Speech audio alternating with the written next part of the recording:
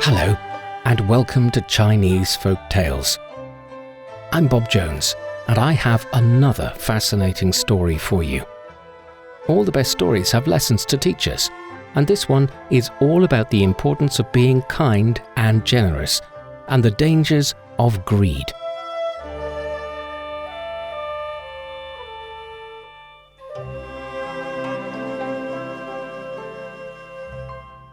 To tell our story, we need to meet an especially miserly farmer. It's market day, and he's just finished loading his cart with delicious juicy pears to sell. It's going to be a good day. I've never seen so many delicious pears in one harvest. I'm going to make so much money selling them. Of course, the farmer didn't need all that money. He had plenty already. But he always wanted more. So he arrived at the market and started to lay out his delicious pears. But as he was working, a man approached his stall. "Excuse me, sir," he said, and the farmer took a good look at him. He was wearing a tattered robe and torn cap, a monk, but perhaps one who was down on his luck. Yes? What do you want? "I was wondering, sir, if I could have one of your pears." Oh, of course you can. I'm selling them. Said the farmer. But the monk had no money. "I have given away all my possessions and have no money to offer. But if you could let me have just one of your delicious pears, I would be very grateful." The farmer was not happy.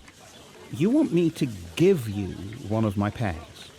The pears I have grown, tended, harvested and brought to this market.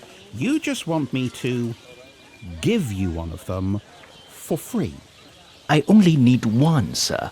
Then you can buy one like everyone else. Or be gone and clear the way for others who aren't after something for nothing. As the farmer raised his voice, the other people in the market stopped what they were doing to watch. Go on! Give him a pear! You've got loads of He looks pears. like he needs it! He can have a pear if he pays for one. These pears are mine, and I'm not giving them away, certainly not to a beggar like him. The argument continued until another bystander who had been watching walked over to the farmer holding out a coin. Here, I'll buy a pear. The farmer handed over a pear and took the money, only to see the man hand the pear to the monk.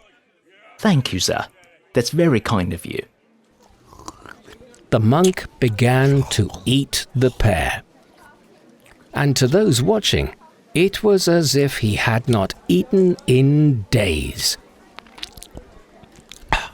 "Again, sir, I thank you. One like myself who has given up the world must not be miserly. I have beautiful pears myself, and I invite all of you to eat them with me." This made no sense to the people who had gathered around. You have pears of your own. Why did you need one from the farmer? Yeah.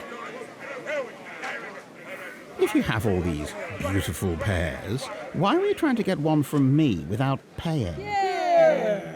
Yes. Said the farmer. "First, I need a seed to plant." And with that, the monk took out a pickaxe and started to dig a hole in the ground. Right there, in the middle of the market. He dropped the pear pit into the hole and covered it with earth. Then asked for water. "Now watch." Said the monk, who watered the ground where he had buried the pear pit.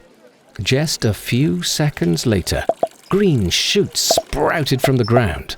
How did you do that? It's growing into a tree. So quickly. It's already growing pears. It was an incredible sight.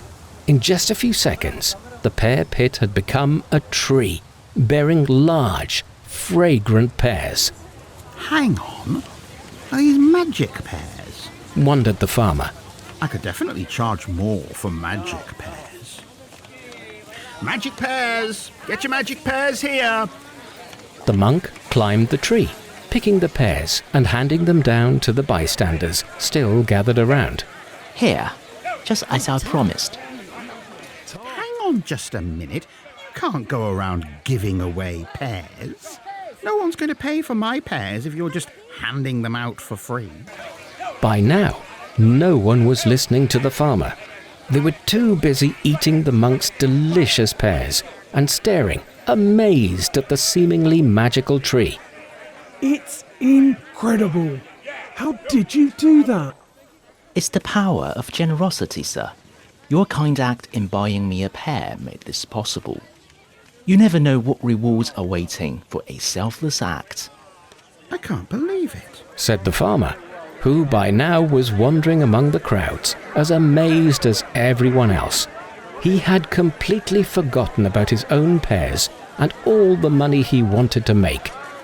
Time for me to be moving on, I think. And with that, the monk grabbed his pickaxe and cut down the tree.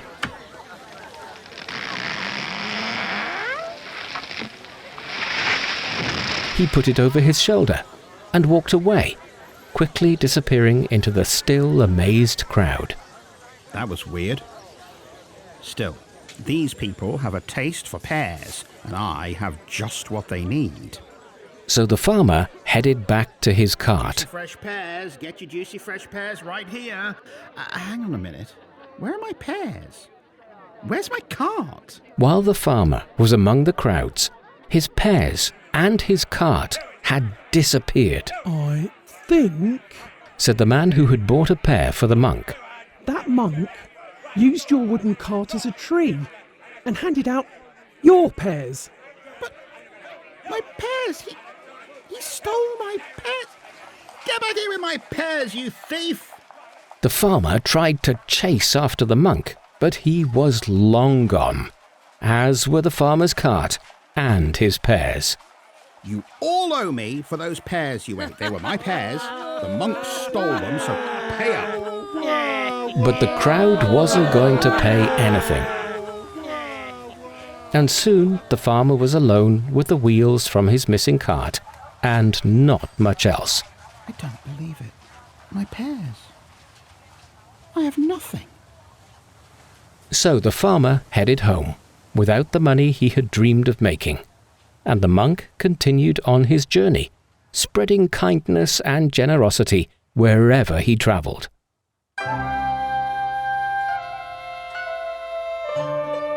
The monk played a trick on the farmer, and you might think that was a bit mean, but it would never have happened if the farmer had only found the kindness to let the hungry monk have just one of his pears. A little generosity can bring unexpected rewards, but a miserly life of greed often doesn't end so well.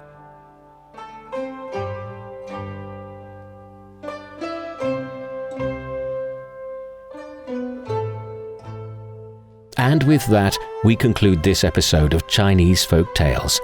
Thanks for listening. If you like our stories, do give this podcast a 5-star rating. Leave your comment and share with your friends. To hear more, please subscribe to Chinese Folk Tales on all major podcast platforms. We'll see you next time. Bye for now.